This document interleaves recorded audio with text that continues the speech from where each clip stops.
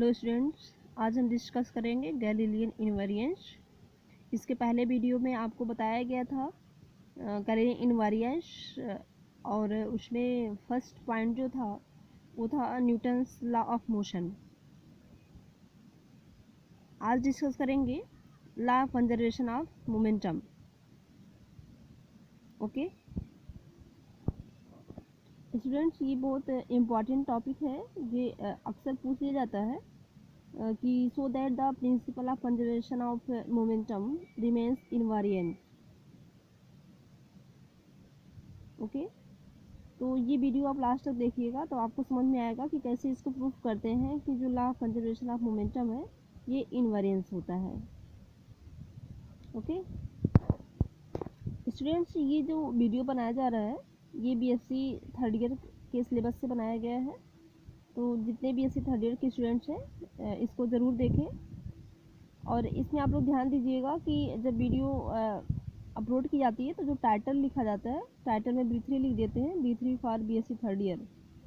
इससे आप लोग कंफ्यूज मत हुआ करिए कि ये बीएससी सेकेंड ईयर है या बीएससी थर्ड ईयर या बीएससी फर्स्ट ईयर है।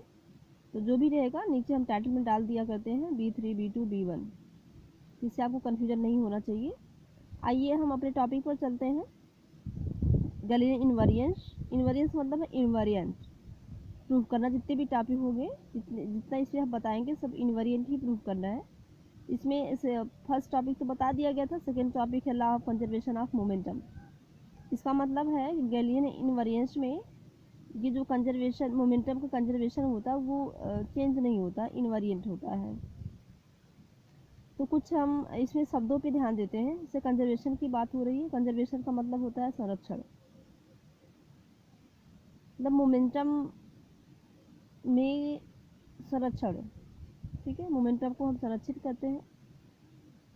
अब इसको समझने के लिए हमें वही फिर से बेसिस से चलना पड़ेगा कि हम दो फ्रेम ऑफ रेफरेंस लेते हैं। एक आपका यस फ्रेम ऑफ रेफरेंस होता है, दूसरा yes dash frame of reference होता है। इसमें यस फ्रेम ऑफ रेफरेंस जो होता है वो जिसकी वेलोसिटी कांस्टेंट होती है, और yes dash frame of reference जो होता है वो वेलोसिटी से मूव करता है। ओके, तो बेसिक चीज़ें चलते हैं। तो यहाँ पे बना लेते हैं, फिर आगे बताएंगे कि इसमें करना क्या क्या है। इसमें देखिए दो फ्रेम ऑफ रेफरेंस लेते हैं, और इस फ्रेम ऑफ रेफरेंस में कोऑर्डिनेट्स होते हैं। एक्स कोऑर्डिनेट, वाई, जेड मान लेते हैं। इसका ओरिजिन ओ, और सेकेंड फ्रेम ऑफ रेफरेंस होता है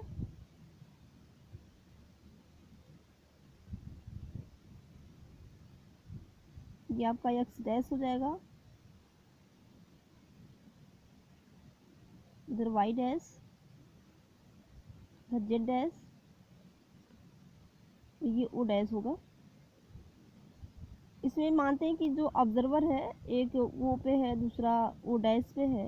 जो ऑब्जर्वर है, जो ऑब्जर्व करते हैं। और इसको इनवेरिएंट प्रूफ करने के लिए सबसे इम्पॉर्टेंट है कि इसमें हम दो बॉडी मानते हैं। एक का मास m1 है और सेकेंड बॉडी है जिसका मास m2 है। ओके, अब इसमें मानते हैं कि इनकी जो वेलोसिटी है, वेलोसिटी वो u1 है, u2 है कोलिजन के पहले। इसमें देखिए दो चीज़ें हैं कि यहाँ पे दो फ्रेम ऑफ रेफरेंस है। एक तो यहाँ पे नाम दे देते हैं, ये फ्रेम ऑफ रेफरेंस यस है और ये frame of reference yes dash है। इसमें दो बॉडी लिया गया है। अब ये बॉडी आपस में कोलिजन करते हैं। जब ये कोलिजन करेंगे तो इसमें हम मान लेते हैं कि इनका जो कोलिजन है वो इलास्टिक होगा। जैसे कोलिजन दो टाइप्स का होता है, एक इलास्टिक होता है, दूसरा इनइलास्टिक होता है। लेकिन इसमें हम जो मान रहे हैं ये इनका जो कोलिजन होगा वो इलास्टिक कोलिजन होगा। इलास्टिक कोलिजन का मतलब यही होता है कि कोलिजन के पहले जो बॉडी का मोमेंटम होगा वही कोलिजन के बाद भी होगा। कोलिजन विल बी सेम, मतलब कोलिजन में मोमेंटम चेंज नहीं होता। इलास्टिक कोलिजन में एनर्जी और मोमेंटम दोनों कंजर्व होता है। इसमें जो हम कोलिजन मानेंगे वो कोलिजन आपका इलास्टिक ही होगा। अब यहाँ पे देखिए दो फ्रेम ऑफ रेफरेंस है, एक यस है, दूसरा यस डैश है। यस फ्रेम ऑफ रेफरेंस से कोलिजन के पहले m1 की जो वेलोसिटी होगी उसको u1 मानते हैं, और m2 की जो वेलोसिटी है उसको u2 मानते हैं। ओके, और S dash frame of reference से m1 की वेलोसिटी u1 डैश मान लेते हैं। जैसे यहाँ पे प्राइम लगा हुआ तो उसमें वहाँ भी वेलोसिटी में भी प्राइम लग जाएगा, और इसकी वेलोसिटी u2 प्राइम मानते हैं। और कोलिजन के बाद बात करें कि अगर जब इनका कोलिजन होता है उसके बाद इनकी वेलोसिटी क्या हो जाती है, जिसे फाइनल वेलोसिटी से कहा जाता है। तो फाइनल वेलोसिटी में m1 का v1 मानते हैं फ्रॉम फ्रेम यस, m2 का v2 मानते हैं फ्रॉम फ्रेम यस। कोलिजन के बाद S dash frame of references की वेलोसिटी मानते हैं, वही प्राइम इसमें भी लग जाएगा, v1 प्राइम और v2 प्राइम मास m2 का। आई होप यहाँ तक बात आपको क्लियर हो गई होगी। तो आइए थोड़ा सा डिफिनेशन दे लेते हैं कंजर्वेशन ऑफ मोमेंटम का, कि आपको लिखना कैसे है। एग्जाम में अगर पूछेगा तो इसको आप कैसे डिफाइन करेंगे, ताकि आप वीडियो देख के अपना नोट्स बना सके। तो यहाँ पे हम थोड़ा लिख देते हैं ताकि आपको आसानी हो कि नोट्स कैसे बनाना है। आप वीडियो देख नोट्स बना सकते हैं। तो इसमें लिखते हैं according to this. According to this का मतलब होता है according to conservation of momentum. इसमें व्हेन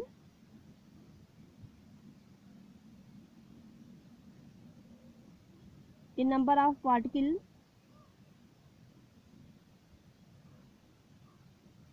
collide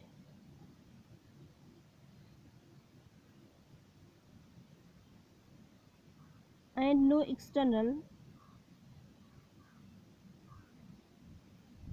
force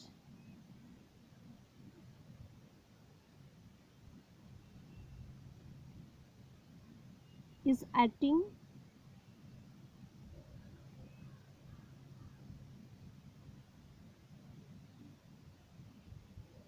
अगर दोनों बॉडी आपस में कोलाइड कर रहे हैं और इसे बाहर से कोई फोर्स नहीं लग रहा है तो जो टोटल मोमेंटम होगा वो कंजर्व होगा।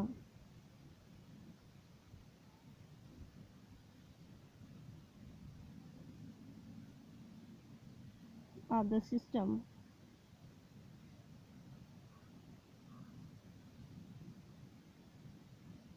Remains conserved.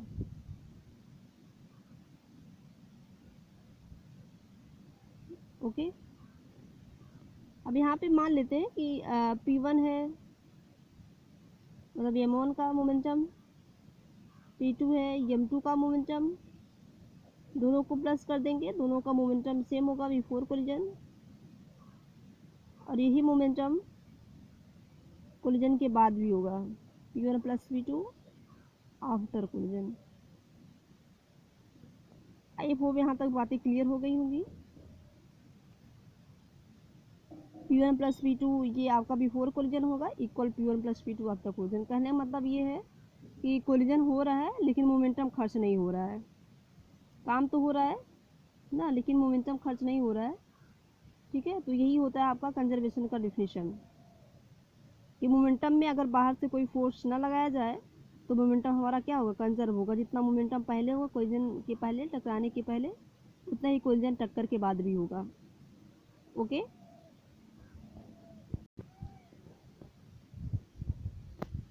स्टूडेंट यहाँ पे देख लें, ये मैंने लिखा है कि if a frame S the velocity of two particles of mass m1 and m2 before the collision are u1 and u2 and after collision are v1 and v2।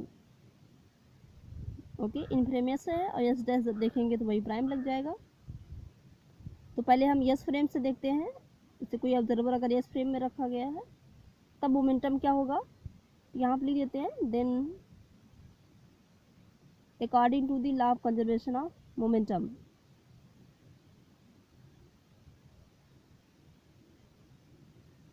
according to the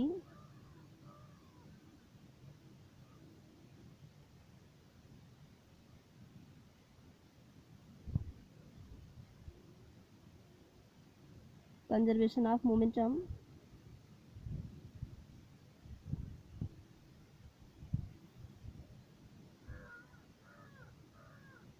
जगह m1 u1 plus m2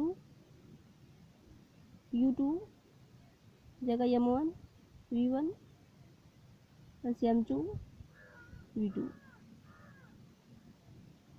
okay, ये momentum collision के पहले होगा m1 u1 first particle का, और ये momentum होगा second particle collision का पहले, और ये कोलिजन के बाद होगा मोमेंटम फर्स्ट पार्टिकल का और ये सेकेंड पार्टिकल का। यहाँ पे स्टूडेंट एक इक्वेशन मान लेते हैं, सपोज इक्वेशन फर्स्ट। अब आगे आइए फ्रेम एस डैश का देख लेते हैं, वही सेम चीज़ लिखेंगे। If in frame S dash the velocities of two particles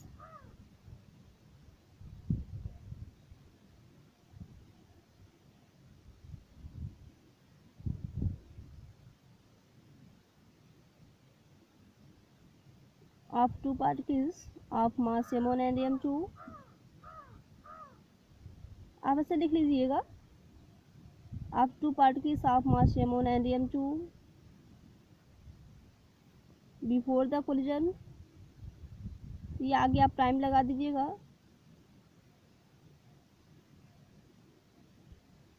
r u1 prime हो जाएगा और यहाँ पे u2 प्राइम हो जाएगा, एंड आफ्टर कोलिजन की बात कर लेते हैं,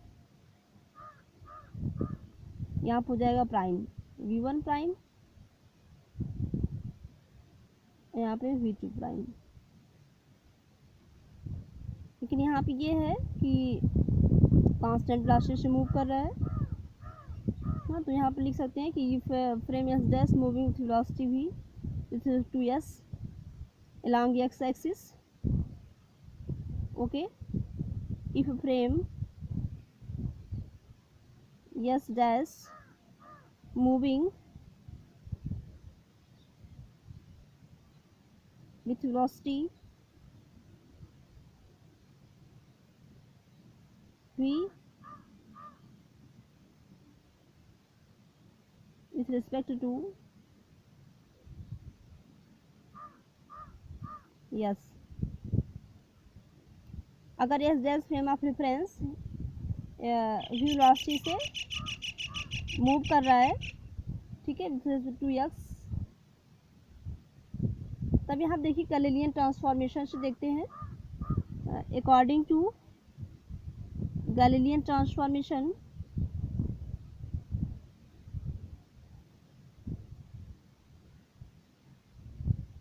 according to Galilean transformation,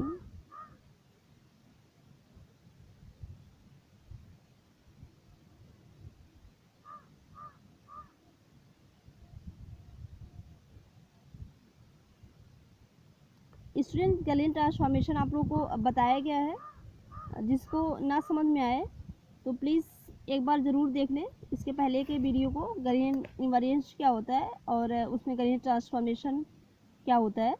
तो उसमें यहाँ पे आपको बताया गया है गैलीलियन ट्रांसफॉर्मेशन ऑफ वेलोसिटी, वहाँ पे आप देखेंगे, वहाँ से तो ज़्यादा समझ में आ जाएगा। वहाँ पे बताया गया है कि u prime is equal to u minus v, जहाँ पे u प्राइम जो होता है वेलोसिटी होता है बॉडी का फ्रेम एस डैश से, और ये वेलोसिटी होता है बॉडी का फ्रेम एस, और जहाँ पे v जो होता है वो फ्रेम ऑफ रेफरेंस की वेलोसिटी होती है। जैसे yes frame of reference move कर रहा है एक कांस्टेंट वेलोसिटी v से, ठीक है ना। तो अब इसमें कुछ करना नहीं है। अब जैसे यहाँ पे दो बॉडी माना गया है, एक m1 माना गया, दूसरा m2 माना गया है, तो दोनों की वेलोसिटी अलग अलग है, एक का u1 है, दूसरे का u2 है, तो यहीं पे हम चेंज करते चलेंगे, इक्वेशन आपका बनता रहेगा। जैसे यहाँ पे u1 मान लेते हैं, u1 प्राइम, यहाँ पर हो जाएगा u1 और ये हो जाएगा माइनस v। फिर जब सेकेंड बॉडी के लिए देखेंगे तो यहाँ पर हो जाएगा u2 प्राइम और ये हो जाएगा u2 माइनस v। फिर उसके बाद बिफोर कोलिजन जब देखेंगे, बिफोर कोलिजन में यही आपको हो जाएगा v1 डैश, यहाँ हो जाएगा v1 माइनस v, फिर सेकेंड बॉडी के लिए जब देखेंगे यहाँ पे यही होगा v2 प्राइम, यहाँ हो जाएगा v2 माइनस। इस पूरे को मानते हैं equation number second. I hope यहाँ तक आपकी कोई प्रॉब्लम नहीं होगी, आपको सब क्लियर समझ में आ रहा होगा। अगर आपको समझ में ना आए तो कमेंट बॉक्स में ज़रूर पूछ लें कि कहाँ पे क्या दिक्कत है, उसको अगले वीडियो में क्लियर कर देंगे। ओके, अब आगे आइए थोड़ा सा समझते हैं।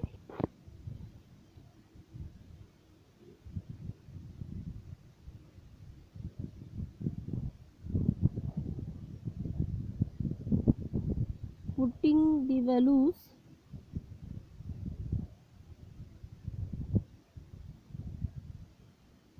from equation 2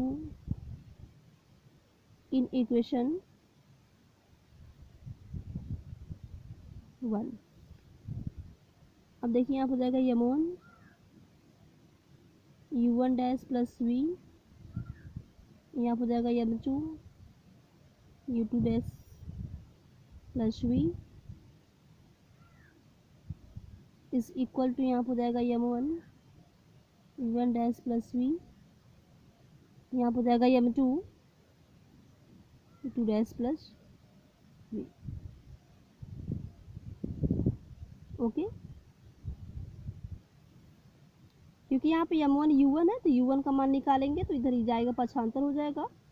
जैसे यहाँ पे आगे बताया गया था, ऐसे ही बताया गया था आपको, u1 prime is equal to u1 minus v, यही चीज़ें आपको बताई गई थी।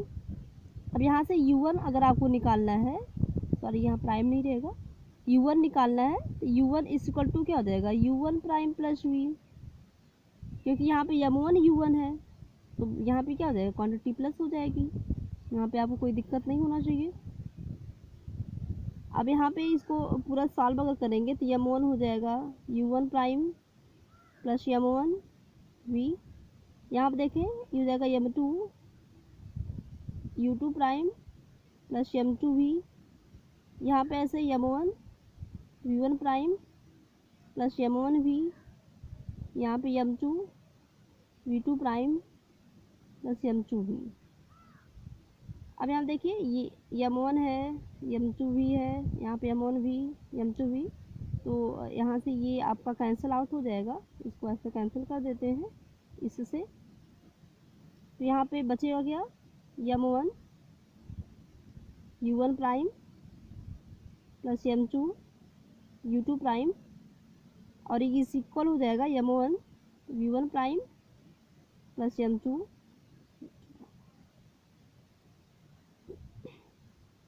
तो यहाँ पे आप देख रहे हैं ये वेलोसिटी है तो वेक्टर क्वांटिटी होगी।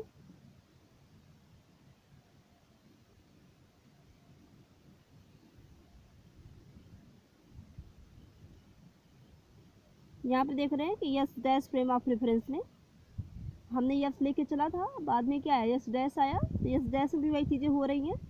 कोलिजन के पहले जो मोमेंटम है वही मोमेंटम क्या है कोलिजन के बाद, दोनों आपस में इक्वल हो रहे हैं। इक्वल होने का मतलब क्या होगा इनवेरिएंट होगा। तो यहाँ पर हम लिख देते हैं 10 the law of conservation of momentum remains invariant under Galilean transformation।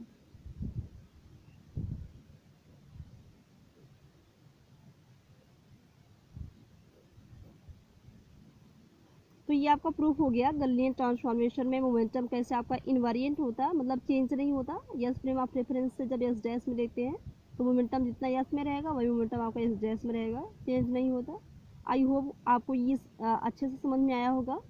तो अगर समझ में आया तो प्लीज़ मेरे वीडियो को लाइक शेयर और सब्सक्राइब ज़रूर करें। Thank you so much.